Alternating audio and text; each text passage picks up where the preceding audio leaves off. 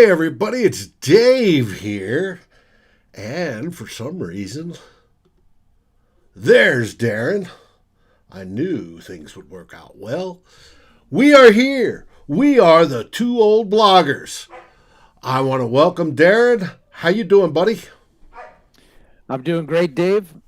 I just want to make sure that everybody knows that you're older than me. That is a true fact. Yes, it is. Very, very true. But doing very well. Good. Mary says Skull. Skull, Mary. I want to right off the bat, Dave. I want to congratulate you on your picks for last weekend. On the on the championship games, you went 2-0, and I went 0-2. So I want that out there right away. Okay. Thanks, buddy. Never listen to me when I pick games. Listen to Dave. I don't know. We'll see what happens next Sunday. But in the meantime, there's a few things you wanted to discuss today. We have moved. Well, I hope we both can discuss them. Well, yes. But we have moved forward with getting more coaches to fill in the holes, starting what I view as, especially on the offensive side, a game of musical chairs. We do know, as of last week, we did a show on what happens after post Gary Kubiak. Well, we still have that offensive coordinator position open as of now, recording on Sunday. But there have been some moves. What are those moves, and what would you like to talk about? I wanted to talk about the hiring of wide receiver coach and the hiring internally of the special teams coach, and talk about the one hire that I really like, and I think a lot of Vikings fans really like, and the other one that I'm not as thrilled about, and we'll take more of a wait and see. Okay. And the hire that I really like, and this won't be a surprise, is getting Keenam McCardell as our wide receivers coach. That was announced last week. And go ahead, Dave. You may have. Well, I agree with you. I like this very, very much. As most people know, McCardell played, I think it was 17 seasons, Pro Bowler, wide receiver, before he went into coaching. He did coach at Maryland, was for somebody we know. Yes. That Stefon Diggs, who has very high regard for Keenam McCardell, and that means a lot to me because not only is Stefon Diggs an amazing athlete, he wouldn't have got to the level that he has without that, but he's also one of the smartest and best route runners in the NFL. And if Stefon Diggs thinks that Keenam McCardell was a big reason for why he became the player that he did, that's a big plus and a big voucher for McCardell for me. That sells me on him right there, that Stefon Diggs says that he was a big reason why he became who he was. I also like the McCardell signing for a couple of other reasons. What's that? And we talked a little bit about like his this is a guy that had 883 receptions in his NFL career, multiple Pro Bowler, over 11,000 yards receiving. So he's 24th all time in receptions in the NFL, in the NFL history, 24th all time, 35th all time in receiving yards. And this is from a guy that was a 12th round draft pick by the Washington in 1991. And for all those people out there who are under 30, Dave, yes, there used to be 12 rounds in the NFL draft. Can you fucking imagine how long the draft would be? Like 3 days longer now, just with Spielman trading down and trying to acquire every 11th and 12th round pick if we had that these days. But thankfully it's not. Yeah. So Keenam McCardell's been there. He's done that. I think he's got incredible street cred when he walks in the locker room because of what he's put up as a player. He won a Super Bowl. Well, 2 Super Bowls, actually. One he didn't play in, but he won with Tampa Bay. That's also something we could probably use here, a little bit of Super Bowl winning experience. The more the merrier. There's that. Yeah. Now, not all great players make great coaches. Actually, most of the time they don't. They make Right. crappy coaches. But I think McCardell is a really good wide receivers coach. We got the Maryland experience. He'd been a receiver coach with Washington 2010, 2011, and then Jacksonville from 2017, 2020 up to this point. And just some of the players, these wide receivers he's worked with, Santana Moss had some great years with Washington. He was already very good when he got there, but still kept it up. We know that, and McCardell's really gotten the best out of a lot of guys in Jacksonville in particular that weren't really, wide receivers that we would really think of. Like he made Jabbar Gaffney had his best year as a pro under McCardell in Washington, and he's gotten a lot out of guys like Dede Westbrook and Keenan Cole in Jacksonville, and he's really helped the development of two young guys, DJ Shark and then Laviska Shenault this year had a pretty good rookie season, and even though he was injured a lot. So I like the fact that McCardell seems to be able to make productive players out of guys that aren't either young guys highly drafted. He gets a lot out of them, and he gets a lot out of the guys who aren't as highly drafted. Why is that important for the Vikings? Because we've got Adam Thielen we don't have to worry about, right? Right. Would you agree? Yeah. We know what we're going to get. Right. Justin Jefferson, I don't think we have to worry about. He's a pro, but McCardell needs. Last year, Jefferson had just a little bit more. Right. Like I don't know how much better Jefferson can get, considering he had probably one of the top 5 rookie seasons ever. But anything that McCardell can do to polish him. And also just keep him from getting his head too big, right? I don't think that's going to be a problem with Jefferson either.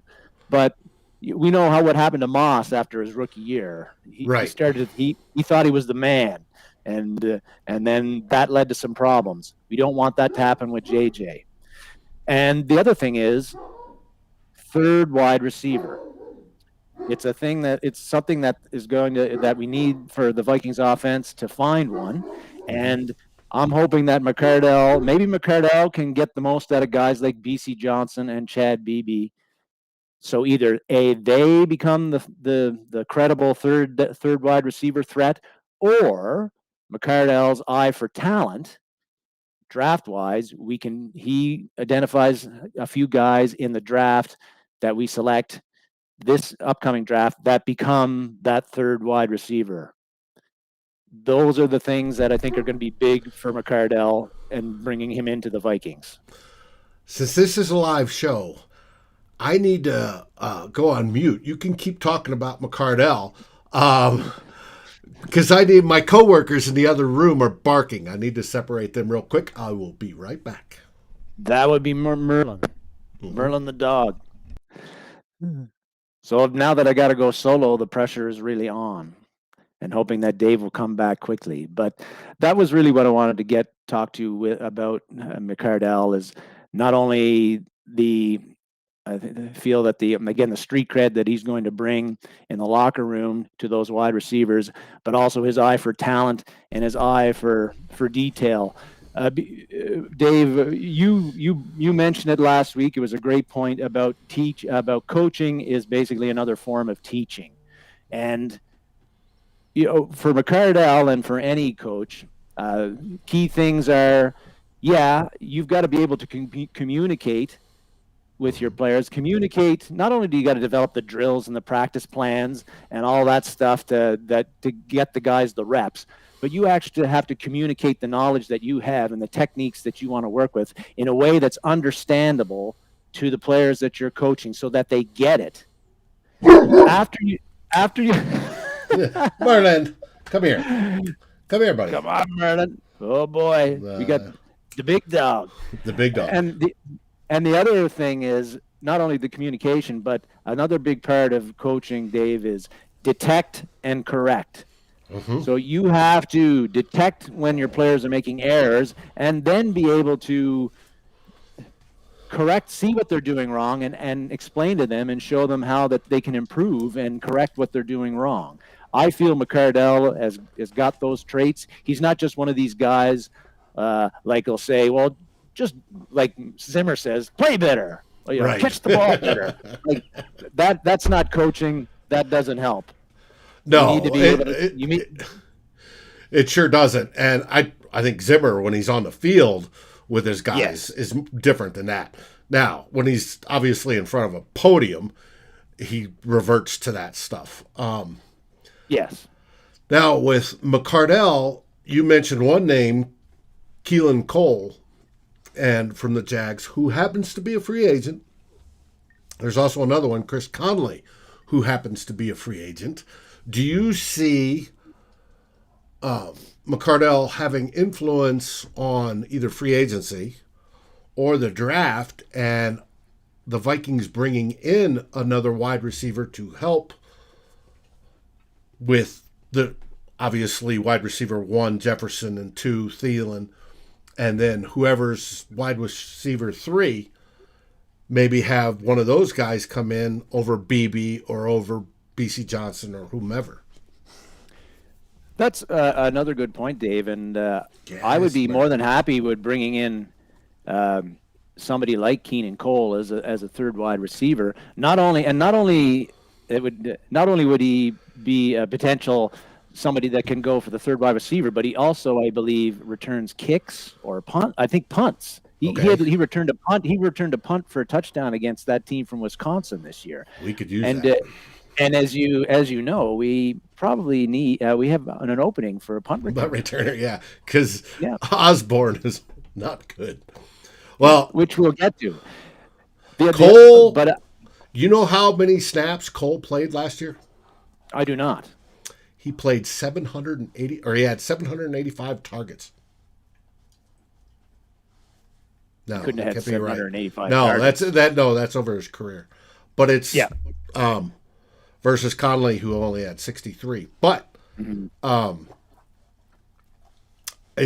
would like to see, that added veteran, if anything, to to educate and pump up BC Johnson or Chad Beebe, type deal. Put a little bit of pressure on them. Yeah. Put a little bit of pressure on them. And Cole is a guy who's young enough that you could still expect that he could improve some more. He's not like a finished product. Right. And he has been productive in the Jacksonville passing offense, which has not been terribly productive. Right. Well, that's Jacksonville. Yeah. I do like the idea of drafting a potential third wide receiver just because of the fact that Thielen is getting a little long in the tooth, and so at that you'd have a bridge guy, like that guy you draft this year could be the guy opposite JJ in like 2 years or 3 years, however long it would take before Thielen slows down. Yes, I agree. Yeah, and Drew, I'm not going to sing Chris Cornell today. Hey there, Clifford. Thanks for joining us. Yeah, thanks, Clifford. I think it's a good deal the way he taught Diggs that separation is key, how to stop, right? The more separation our wide receivers get, the more comfortable Kirk Cousins is. Because he doesn't have to throw people open all the time. Exactly, Aaron. He's not throwing into tight situations. That is a benefit to the Vikings offense. I hope with this hire, that is exactly what happens. So, another reason. We both like the hire. Yes, we do. Good job, Vikings, getting Keenan McCardell. Don't know why Jacksonville let him go, but new regimes always want to bring in new coaches. Ruby asking you to say, "Hey, I'll get it. Work it in there somewhere, Ruby." Now, but it has to be natural, organic. Yes, with McCardell taking over wide receivers, Andrew Janko did wide receivers this last year. He can move to either the QB or O-line position, depending on who gets the offensive coordinator slot. Now, we've both discussed it could be the old guy, Rick Dennison, our own line coach, he can move up there, which both of us weren't real favorable for. Or No. the spawn of Gary, right? Moving up. He's presently the QB coach, but if he moves to OC, we can see Janko moving to QB coach. If Dennison gets it, Janko moves back to O-line coach because he was an assistant O-line coach. I didn't know, researching Janko, he was a former college quarterback, which bothers me at the O-line position because I'd rather have a former offensive lineman at the O-line position to help with those guys. But yeah, well, either way, Kubiak's like a former safety, and he's been coaching the quarterback. So the Vikings got all kinds of guys that coaching positions that they didn't play actually when they played. Mm-hmm. And they're moving them around and they're shuffling, which brings us to our special teams hire, Ryan Ficken. Mm-hmm. Ryan Ficken, believe it or not, has been with the Vikings since 2007. Yeah. And he has bounced around in different positions, but I think it's the last 4 years he's been the special teams assistant.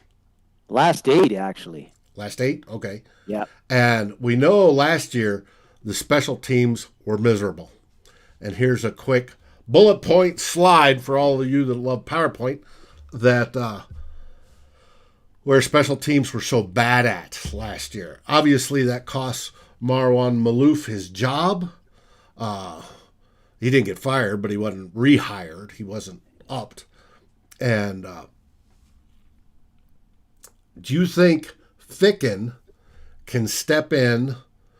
Obviously, if he's been there in that position for 8 years, he was under Prefer. I thought Prefer did a decent job. Do you think he can change the special teams, which was so bad? And you can't, it's like offensive line play. You can have mediocre and win. You can't have bottom of the barrel and win. Well, special teams last year was basically bottom of the barrel. He needs to bring it back up. Do you think he can do that? I am going to say I'm not a hard no on that, but I am extremely skeptical. And thanks, Dave, for putting all those points up there because you fucking stole my thunder. Sorry about that. I had all those things marked down. I was going to say, and let me tell you here, fans, here's some of the terrible things that the Viking special teams did. But it saves me for doing that, saves us some time. So that's all right. But I'm sure you feel the same way, but I'm not exactly thrilled about an internal hire when you're the assistant special teams coach of a unit that was so bad last year. You would think you would bring in somebody new who would inject maybe a fresh approach instead of, like, I could see hiring internally if your special teams was great last year. Mm-hmm. But when it was terrible and you hire internally, that just seems like the Peter principle. But it could change. It just may be a personality. It may be Ficken has some new ideas that he wasn't allowed to use under Maalouf. It could work. It could work, and we do know that special teams play is highly variable from season to season. You could have a terrible special teams the 1 year, and then the next year it'll be great. And so maybe just rearranging the deck chairs on the Titanic and hiring internally will work because it's special teams and it seems to change a lot. And a couple other stats I'm going to bring up about how bad the special teams were is that that we didn't bring up was like a Football Outsiders rankings had the Vikings special teams ranked 31st in the NFL, just behind the Chargers. And Rich Gosselin, who does a special teams ranking every year, he also had the Vikings ranked 31st with the Chargers ranked 32nd. And Football Outsiders also said that the Vikings had the 7th worst DVOA special teams ranking since they've been charting this in 1985. Wow. So, and the Chargers this year were the 4th or 5th worst ever. So it was really bad. Well, I know the field position stat of either contributing to or getting field position was the worst the Vikings have ever had. And, Yeah. when you're always starting deep in your own territory and then you're allowing the other team to start not deep in their own territory, it really makes it more difficult for the offense and the defense to do their job because they've got to either hold less yards or go further. And it's frustrating. Just turning that around can lead to probably more scores. It's probably worth points. I would guess close to a touchdown's worth of points just winning field position battles on special teams. And that's without fixing kicking woes of, the occasional missed field goal or extra point or the occasional punt or, Colquitt's 43-yard average or whatever it is. It was more than the occasional miss this year by Bailey. Yes, there was. It was regular misses. One thing that worries me about the Ficken hire is just maybe this is just me, but just looking at how long he had been with the Vikings, and in particular, he'd been assistant wide receiver coach 2009 to 2012, assistant running backs coach 2007, 2008, and then he'd been assistant special teams coach for the past 8 years. But if you're like a real whiz kid, like very good coach, either you're applying on coordinator positions and looking to get promotions, or other teams are interviewing you to get promotions. The fact that he's with the Vikings for so long in assistant positional coach levels worries me, in either that he ain't that good and he ain't that motivated, or even ain't that I'm trying to think of the word. I can't believe I can't think of it right now, but he just wasn't a guy interested in moving up and taking on additional responsibility. Now he's got it, and he's got a lot of work to do because, as you pointed out, he's going to be much like McCardell as far as developing talent. There's definitely going to be a competition at kicker. So it's likely we'll probably draft a kicker late again, and Ficken. I hope not, but we do it, and even if they don't draft one, they're going to bring ones in. So he's going to have to identify a young. He's going to have to identify a young kicker out of college that can challenge or beat up Bailey. Potentially the same thing for Colquitt, although Colquitt was really good in 2019, and then last year he was not so good. I don't know if I'd throw him out yet. And then he's got to improve, like you said, the coverage teams and also the punt return and the kickoff return teams. That's a lot of shit to fix in 1 year. And not only that, but probably the reason that we had a bad special teams this year on coverage is we had so many young, inexperienced special teamers playing. We're probably not going to get any more experience there because, again, we've got salary cap issues. We're not going to be able to bring in a lot of veterans. We're going to have to get rid of some veterans. We've got a lot of draft picks, and some of those young draft picks who don't play a lot usually are there because they can play special teams. So big job for Ryan Ficken, and I don't know if he's up for the task. Sure hope so.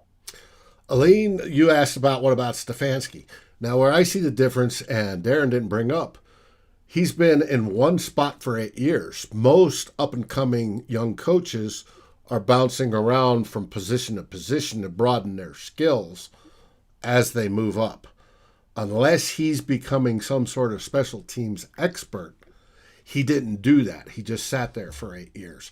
That's where that's maybe a warning sign. And you're right, he might be great. We don't know. We hope he is. My opinion for sure. And then Stefanski, he started out basically as Childress's errand boy and worked his way up to be, now he's probably going to be NFL Coach of the Year. Mm-hmm. So yeah, everybody's got to start somewhere, but it just a little bit of a red flag for me that a guy would be that long in an assistant coaching level for the same organization. Oh, Am I right? Am I right? Probably not. I wasn't right on my championship picks last year. But in one spot, that bothers me too. Now, Raymond asked, can it be any worse than last year? There's a definite answer to that, and that is, of course it can be. this is the Minnesota Vikings. We know it can be worse. Yeah, we were 31st in the league last year. We could be 32nd, so we could be worse. We could be worse. I don't know. We'll see what happens. We need a defensive backs coach because Duronte Jones went to LSU to become their defensive coordinator or defensive back coach down there. I think defensive coordinator. Yeah, defensive coordinator LSU. That's where he went. Yep. But we did get somebody else. Mike Zimmer fired or didn't re-up the contract of the strength coach and has hired Josh Hignst from the Philadelphia Eagles. I don't know. Strength coach has a bigger impact than people see, obviously, because he's not coaching a position, but he's coaching the health and strength of the players. As you pointed out earlier in the week, Zimmer fired a previous strength coach when we had a whole slew of pec injuries. And they went from back then using machines more to more free weights. I don't know what this Josh Hignst philosophy is, but they're obviously trying to move on.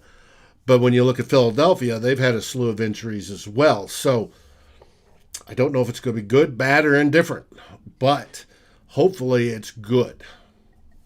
When I saw that Ficken had been hired as the special team coach, I started looking up his personal history and seeing if he was related to Zimmer, because nepotism seems to be one of the things that gets you on the team, because you got the spawn of Gary, Klint Kubiak, going to be probably our OC. You got the spawn of Mike Zimmer, Adam Zimmer is a coordinator, DC, and then I didn't realize this, but the spawn of Andre Patterson is one of our offensive quality control coaches.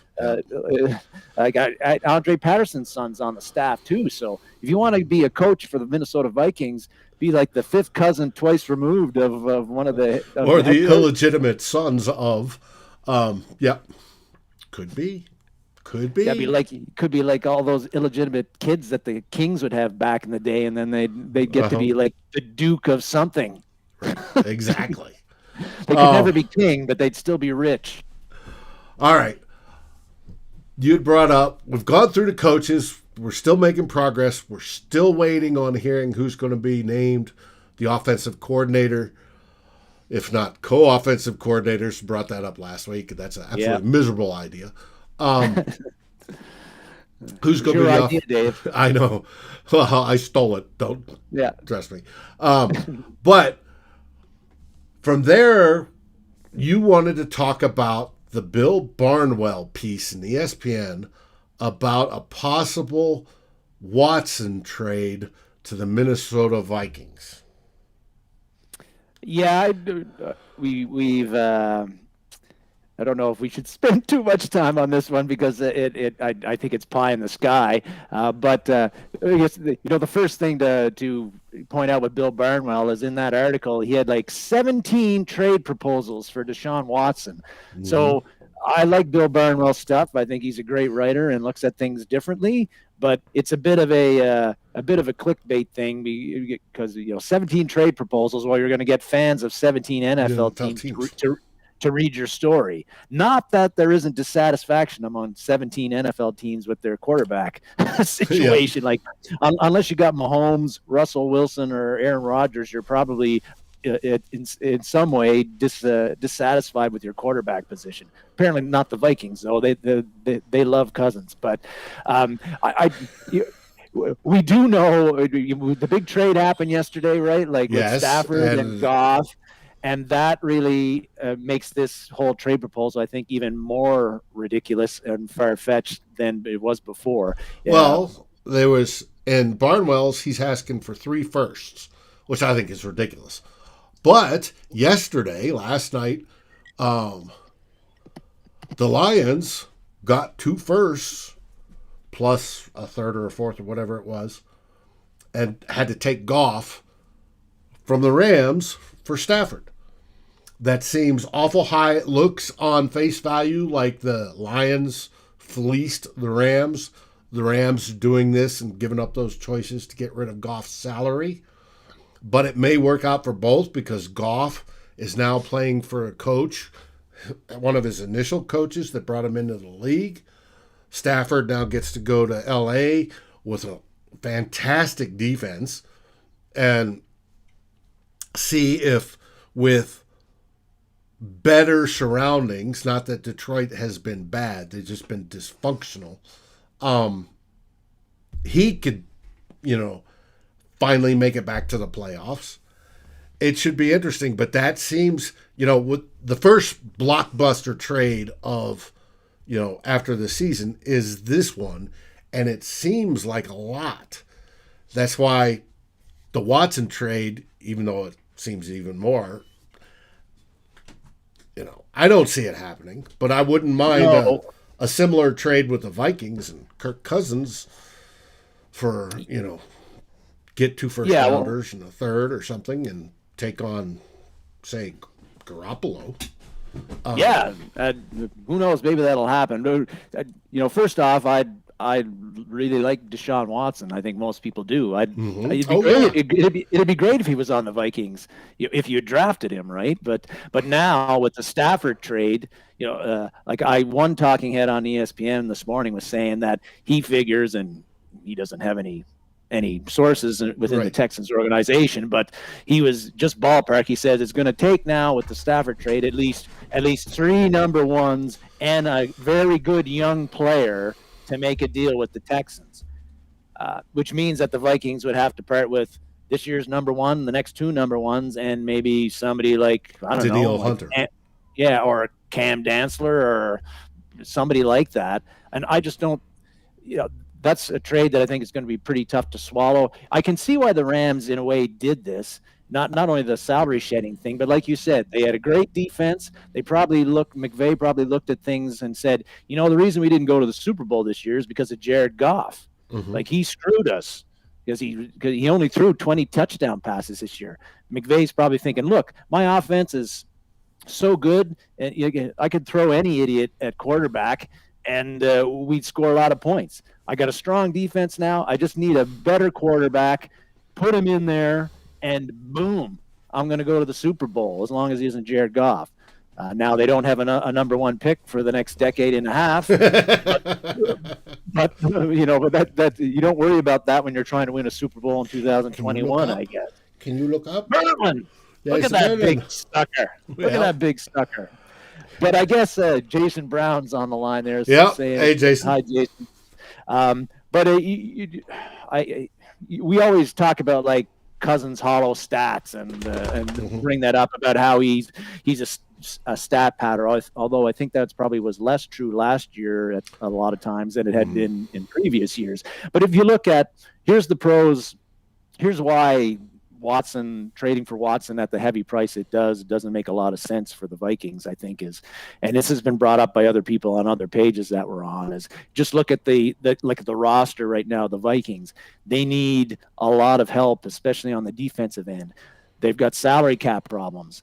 They need all the draft capital they can and the salary space that they can to fill a lot of those holes. If you trade away most of your draft capital for the next 2 or 3 years, you get Watson, but you're in the same position that you were in this year with Cousins.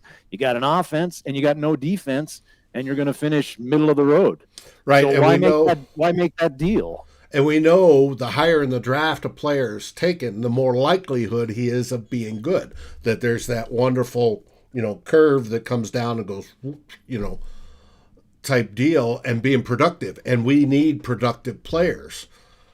I'm the one that advocates for get that quarterback, the one that can take your team the whole way. And I think Deshaun Watson can be that quarterback. But he needs some help.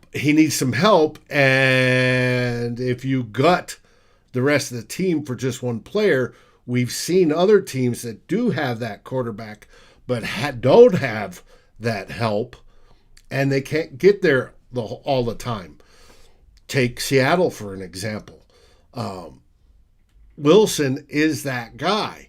He's been there, done that, But as the team deteriorated and the defense deteriorated and they lost weapons, it made it harder and harder and harder. Not one guy, not even the GOAT, who will be playing Sunday, can do it all by himself. You need to be able to have some tools around him. And if you lose 3 first-rounders and somebody like a star young player, you say Dantzler, I think they'd be more asking like Danielle Hunter, it would make it even more, all the more difficult, in my opinion. Looking at Watson, okay, the pluses for him, other than his talent, is he's 25 years old, so he's really young. And you'd have him, I don't know if this is a plus or a minus, I think it can be both, but you'd have him under team control for 5 seasons, including next year. But his cap hit is not going to be under, except for next year, is not going to be under $30 million for the duration of that contract. Cousins, in the meanwhile, if you stayed with him, he's 32 years old. He is what he is, which is sometimes very good and occasionally, sometimes more than occasionally, very bad. But he's under team control for just 2 seasons. Now, again, the cap hit is about $31 million next year, and then the next year it 45. goes up to 45, and that ain't going to happen. but anyway, that's what you have. But just looking at the average seasons that these 2 players have had in the past 3 years, which is how long Cousins has been with the team, I'm going to just give you some numbers here. Okay. Watson, his average passing yardage, 4,280 yards average. Average TD passes, 28. Interceptions, 9. Completions percentage, 68% roughly. Cousins, average passing yards, 4,055. TDs, 30. Interceptions, 9.5. Completion percentage, around 69% roughly. So, again, like, looking at those numbers, now you get more out of the running with Watson, probably 300, sometimes 400 yards more, depending on the season. But is that little, like, basically their passing stats are pretty much dead even. Yeah. Identical. So you're going to give up all that draft capital for, like, how much better, like, how much is extra is Watson giving you for what you'd have to give up to get him, compared to just staying with Cousins for the next year or two? And then you also have number ones that gives you an opportunity to draft a young quarterback who will be cheaper and better than Cousins. So for all those reasons, I just don't think it makes sense to trade for Watson. Now, if you were going to pull off a deal like the Vikings did in 2008 for Jared Allen, now granted, quarterback is a more premium position than defensive end, but not much. Like, the Vikings gave up on 1, 2 3s, and they swapped 6s. And I think it was all just for that 2008 draft. They gave that up to Kansas City, and they got basically one of the top 3 pass rushers in the NFL. Who will be in the Hall of Fame, yes. Who will be in the Hall of Fame. And at that point, their defense... As a Viking. As a Viking. The defense didn't have a elite pass rusher. So they filled a hole, and basically what Kansas City lost that trade when you look, because the guys they got for Allen didn't pan out, didn't have the impact that Allen did. But that's the gamble you make. But if we were going to make a deal in that range, I can see it. But to mortgage your draft capital for 3 seasons is a bit too much. And especially when you consider who's the coach. As people know, I'm more friendly to Mike Zimmer than most. But really? Yeah. But Zimmer and his philosophy on how the offense is run. I think Zimmer wouldn't really care a whole lot if the offense was smooth sailing and he didn't have to screw with it at all, and then it was productive and the best in the league. I think he would say, cool, but the whole philosophy on using somebody like Watson changes from that of using somebody like Kirk Cousins, to exploit the best out of each other, out of those quarterbacks. Is you're looking at different types. You can still use the base zone run game, wide zone game, but to maximize your points per game and production out of each of those two players, you're looking at it a little bit differently. And I don't see Coach Zimmer with the patience of that. And we don't know who the coordinator is yet. So I just don't see it happening. I think Barnwell's piece was a laugher, in my opinion, to the Vikings. It's not going to happen.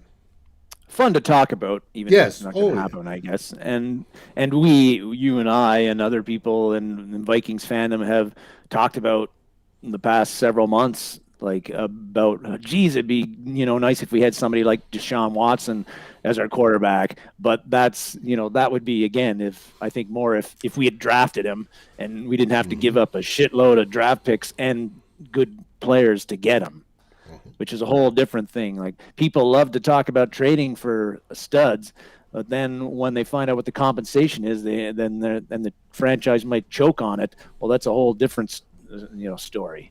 Yep, which may happen to the Rams and the Lions, depending on, because that could go well on both sides, or it could go terribly wrong on both sides. Yeah, I'm hoping for the latter. So am I. Anyways, is there anything else you'd like to talk about today? No, just not at all. This is the first Saturday since early September, first Sunday since early September. We haven't had any NFL football to watch. Mm-hmm. And one of the reasons we moved the show to Sunday. Yeah, and so that'll. I feel a bit empty right now, Dave. I don't know what to do with myself. Well, we could watch the Pro Bowl. Wait a minute. No, there is no Pro Bowl. No, I didn't watch it even when they played it. I know. It's become such a joke. But, yes, we'll find stuff to do, and we'll still keep talking Vikings, because it is your Minnesota Vikings, and they can't go very long without making some sort of news. Nope. And and after next Sunday, we'll only be like a month from free agency, and there'll be lots of rumors flying, and maybe there'll even be some trades, like Danielle Hunter may be traded, or Harrison Smith, possible. Anthony Barr, who knows? It's going to be interesting off season. It already has been, because when was the last time you had two quarterbacks who were considered probably top 10 in the league who were available for a trade in the NFL offseason? I can't remember it. Mm-hmm. And of course, we have the team across the border with a disappointed future Hall of Fame quarterback. There's all sorts of things. This could be a wild offseason, and we're going to be here for it. Now, next weekend, because the Super Bowl is Sunday and all of us will be watching, we'll be back to Saturday. We look forward to seeing you then. Any last words, Darren? Skol, eh? That was one for Ruby. And everybody, have a great week. Stay safe, stay healthy, and as always, Skol Vikings! Skol Vikings!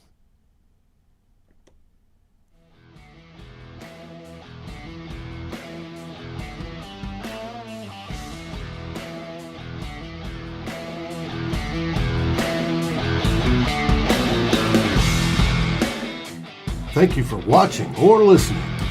As always, if you like, subscribe, and ring the bell for notifications. And if you're listening to the podcast, please rate us on your favorite aggregator. Skol, everybody.